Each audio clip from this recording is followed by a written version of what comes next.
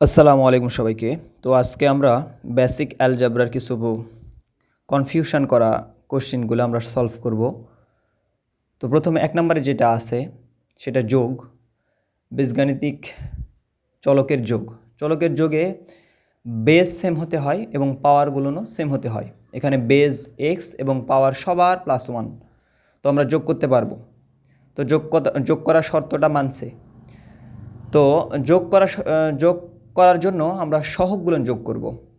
তো 3, 2, 5 আর 1 6, আর যে কোনো একটা চলক লিখলেই হবে।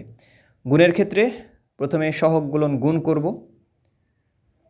গুণের ক্ষেত্রে শর্ত একটাই, বেজ সেম হলেই হবে, পাওয়ার অমিল থাকলে কোনো প্রবলেম নাই। তো সব বেজ মিলে একটা বেজ, আর প্রত্যেকের এখানে কিছু নাই, মানে প্রত্যেকের পাওয়ার 1 আছে।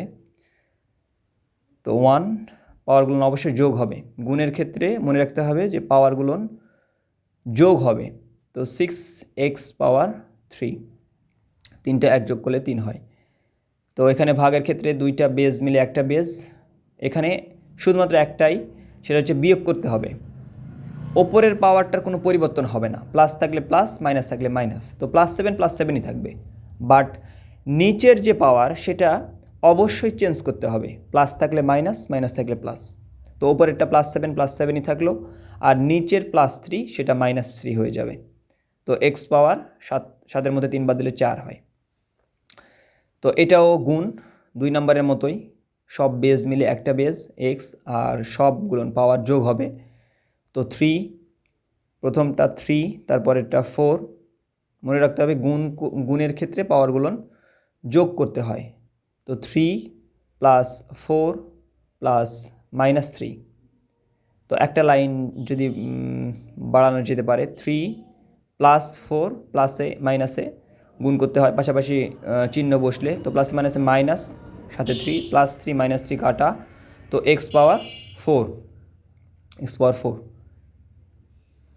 তো এইটা মূলত ভাগ 3 আর 5 মূলত একই। উপরের পাওয়ার ঠিক থাকবে, নিচের পাওয়ার মাইনাস থাকলে প্লাস, প্লাস থাকলে মাইনাস। তো -4 + 4 হয়ে গেছে।